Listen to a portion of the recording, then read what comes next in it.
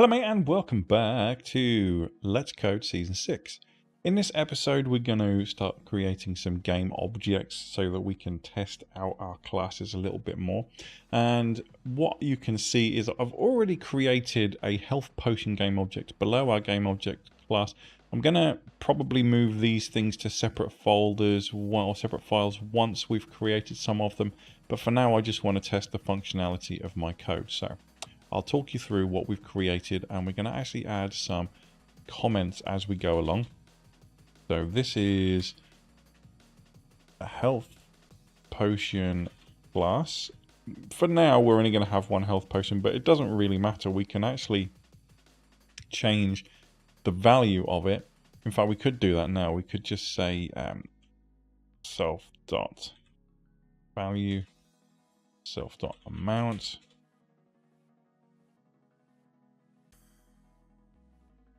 Equals, and at this point we need to decide, do I want to declare this number in the constructor, as in do I need to declare it when I create an instance of the object, so that this can be a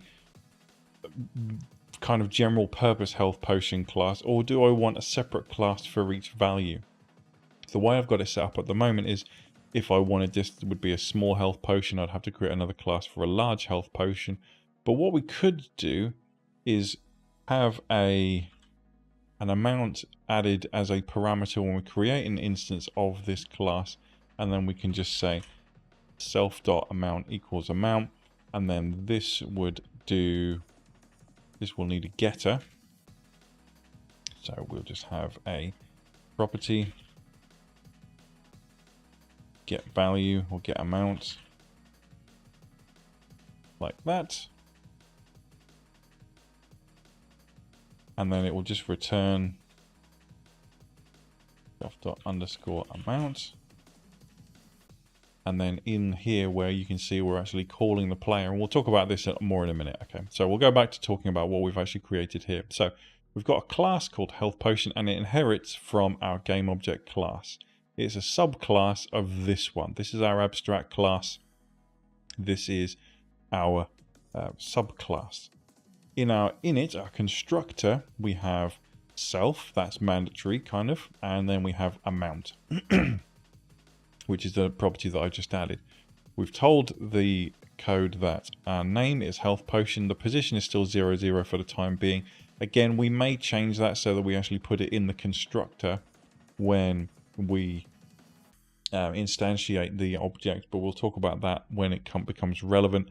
And we also have whether or not it's carryable. And now we have an amount value here that we've actually created in the constructor like that with a parameter. Now we have the property getAmount, which is just the getter that we just created, which will return the value of the amount that this potion is going to heal.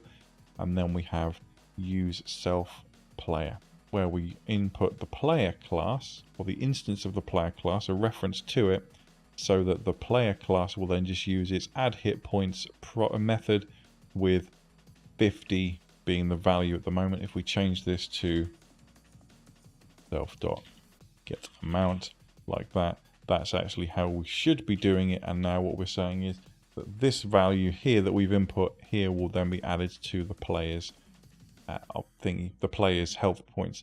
Now, realistically, what should then happen is that this object should destroy itself, and we'll talk about that another time. But for the moment, this is how our class interacts with the player class. It just gets input the instance of the player class like that, and then calls the method add hit points. So what does the add hit points method look like? We'll come into the player class, and we'll come down to the bottom here, and as you can see, it's actually quite simple. All we're doing is we're saying add hit points, and then we have to tell the game, or tell the code, that we're referring to the instance of the player class that we're talking about, and then we have the number that was passed by the method in the game object class, i.e. we've passed the number here. This is just an integer value. This bit here where we say get.amount is just an integer value that we've passed on to the add hit points method, and we're saying self.setHitPoints. We're using the setHitPoints method, which we created previously. and we're saying that we want hit points to now be the current hit points plus the integer value that we just took in. And then as you can see, I've actually got a little print statement here that will say added number to hit points. The total is now whatever the total hit points now is. And we can actually test this out. So here I am with my previous code running. As you can see, we've just got to the stage where it says game created. If I now go into the console, you can see that I've already done some testing with this previously. So what we need to do is we need to say health equals health potion, and we're just going to check on the spelling of that to make sure that it's correct. Health potion is both capitals, that's good. And then we also, because we're instantiating a class, as you can see, it threw up an error then. What I actually need to do is add parentheses there. So we've created a health potion is not defined. That's because I've spelled health potion incorrectly. It's health potion. And there you go. Oh no, we've now created missing a positional argument amount. So if we come back to here, what you can remember is now I've added amount as a parameter that we need to pass when we create an instance of this class. We actually need to input an integer value. So what we need to do is we're going to say that this health potion is going to be worth 100 hit points. And there you go. It's now created it. Now what we need to do is we need to actually use the health potion. So what we can just do is say health.use, and now we need to input an instance of the player class. So as you can see, when we call the use, we need the player to be passed in as a parameter or the reference to the player. Now we already have a player object. It's going to be game, which is our game class. If we come back to the script here, you can see game is capitals, all game, and then the game class itself contains a reference to the player class. So we're saying game.player, close our parentheses like that, and there you go. It's worked. Added 100 hit points to the hit points. The total is now 200. So the player's hit points is now 200, and we can double check that that's actually worked. We can say print game dot player dot get hit points. There you go, 200. Boom, that's that done. That's working. So for the benefit of those who may be still struggling to wrap their heads around what's going on, we're going to talk about this again in slow time just to make sure that everybody's up to speed, because realistically the creation of game objects shouldn't be something at this point that takes a huge amount of time, but if you don't know what's going on, it might be tricky. Okay, so what is an instance and what is a class? I hear you cry. Think about it like this, right? A class is a description of an object. So for example, if I was to get you to sit down and write a description of your car, you would write a class description of your car. You'd write down all of the important details that your car has. You'd be describing it. An instance is the actual car. It's the thing that is derived from the template that you've written. Okay? So when I am creating a health potion, what I'm actually doing is I'm creating a description of what a health potion is, but I'm not actually creating the object itself. The object itself is the instance. Okay, so we have a player class, which is the description of the player, but the game class contains an actual object based on that description. Okay, this is the actual player, this bit here. Self.player equals an instance of the player class. So this is the actual player. Okay, so when we call for our health potion to be used, what we're saying is use this object, use myself, that's where the self bit comes in, on the player. Okay, and then what we're saying is we're actually saying back to the player object, you need to use your add hit points method with this amount. And then back in the player class receives that instruction and says, okay, so I need to call this method on myself with this number. And then we're saying, right, okay, so we need you to set your hit points to what your current hit points are plus the new number that we've just added, and then that's what it is. Now, in the previous video, what I hadn't done is I hadn't added this to myself bit to all of my set methods. So as you can see, what I've done is I've added that in. All you need to do is add a self and a comma to the beginning of all of your methods or your set methods so that the class knows that you're talking about the instance, not the class. Okay, that's all that is. Now, also, I noticed that these are a bit of a misnomer because what we've got here are actually add, not set. So we need to remove the plus symbols from all of these sums because we're actually saying these are setting the value, not adding to the value. If we want an add method, then we have to create another method, which is what we've done here. So we've got define add hit points. Now I'm also going to add another line into our player class here to just say other methods, because add to inventory and add to hit points are not setters. They're doing some other function to our code. So in the interests of making sure that we keep our code well documented, it's time to go into adding comments. So this method adds an object to the player inventory. Check that the object is indeed a subclass of the game object class. In fact, we need indeed an instance of a subclass of the game object class, like that.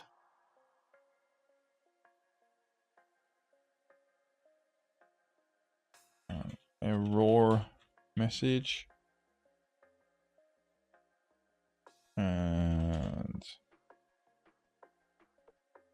And a method there. Add the game object to the inventory. Now this isn't going to work because, as we already know, this is a getter. It's not the actual inventory itself. So what we actually need to do is we need to get the inventory here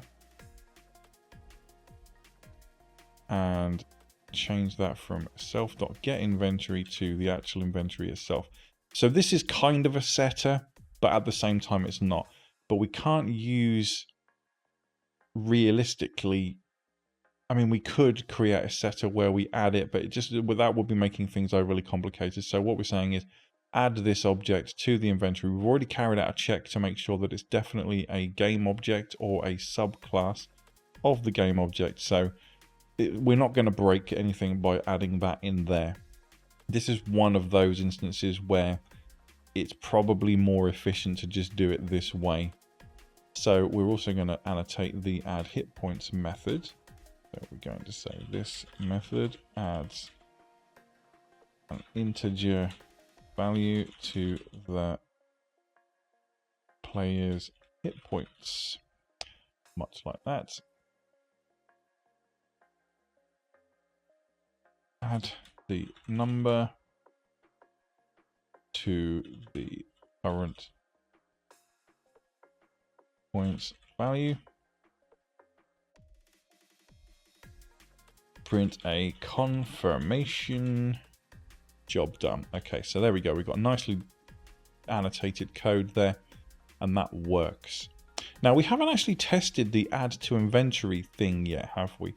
So I'm kind of curious to see if that's going to work as well, because we've got no way of checking whether this instance of statement actually works currently. An instance of is a important function, so we need to make sure that this code is actually going to do what it's meant to do.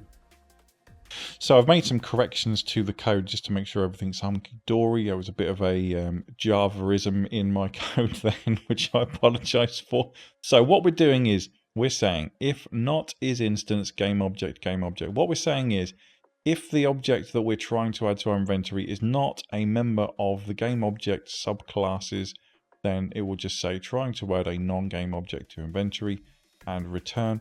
Otherwise, it's going to add it to our inventory. So we can double check this code as well.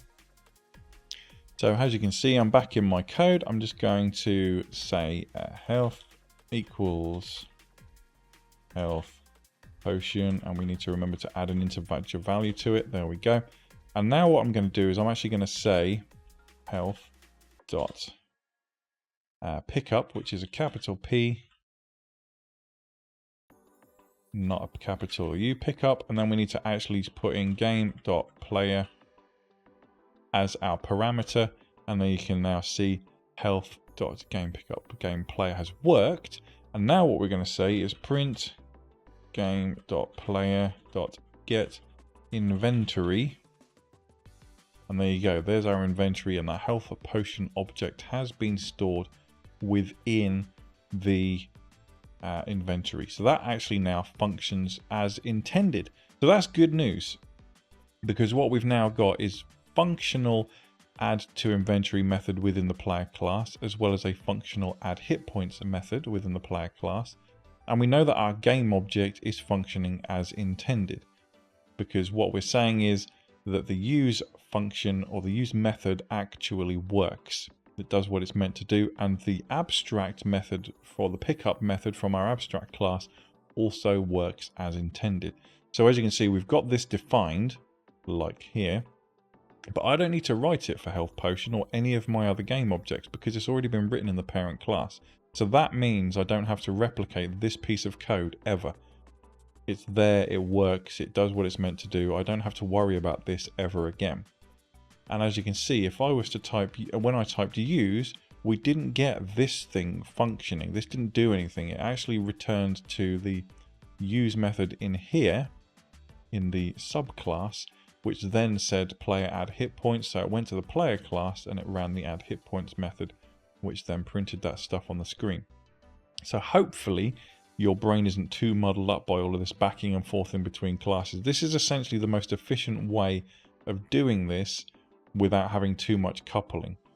All we've done with our game object is we've referenced the player object and we've said, right, player object, you need to do this. And that's the health potion basically complete. That health potion, for the time being, until we start needing icons and things like that on the screen, when we start displaying stuff, that basically works. So that's that done. And we can actually create other stuff using the player class and the game object class. So we can create, I don't know, let's think about an object that we can also use. So for example, food. Let's talk about creating some food. So again, we can create individual classes for every single food item if we want to, but it doesn't really need to be a point to that. So we can say class food item, also going to inherit from the game object class. We need a constructor, and we basically need most of this stuff again. So we're going to say, right, now this time food items we don't want to be carryable, so we're going to say false here. So if we try to pick it up now, it will just run the use method instead, hopefully. So what we're going to change here is we're going to remove this. We still want an amount, but we also now want a name in our parameters. Okay, like this. So we want name, amount, because we want the food item to affect our food by a certain amount, i.e. if you eat it, it increases your hunger bar by a certain amount or whatever. But other than that, we just need the name and the amount. Okay, so now we've got a functional class there that when we try to pick it up, it will do something. But now we also need, don't forget, these methods from here. Like that. Property get amount, because it's the same thing. It's the same. It's a getter from here. Now, you could be forgiven for thinking, well, why don't we just have get amount as an abstract method in the abstract class? But remember, this is the game object class. Now, what we could do is create a subclass called food item that has, or it could create a subclass that for things that have an amount. But to be honest, we're not going to use it that much. Bear in mind, there's not going to be hundreds and hundreds and hundreds of game objects. There's going to be food items, health potions, drinks, weapons, and armor might be a different case. But for the time being, we're just going to leave it as is with having its own getters and setters for each one. But you would be right in thinking that, yeah, we could go for another subclass or another abstract class that has the get amount property. It wouldn't be the end of the world if we added it to the main class. But the issue we have there is that we would then have to declare amount for every game object, which we may not necessarily want. We might change that though, because shields and weapons do have amounts added to them. They might have an attack value or a defense value. So, you know, it's something that I will have a think about while we're in the process of writing the rest of the code. So anyway, our food item is here. We've declared its name and we've declared the amount that it's, or the value of it. And we've said that it's not carryable, which means as soon as the player tries to pick it up, it will just use it instead. Nice and simple. Now, what we don't want to do here is we don't want to call the add hit points method within the player. What we actually want to do is add food instead, like that, okay? So now we can come back to our player class and we need to write a method called add food.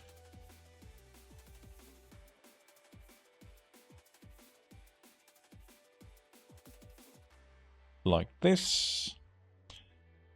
And basically the method is going to pretty much do exactly the same thing, but to the food value instead of the hit points value. So we need to add a colon there. So we're going to add the number to the current food value. So we need to use get food and set food. So we've got set food there. We'll copy that. So we're going to say self.setFood. Self.getFood.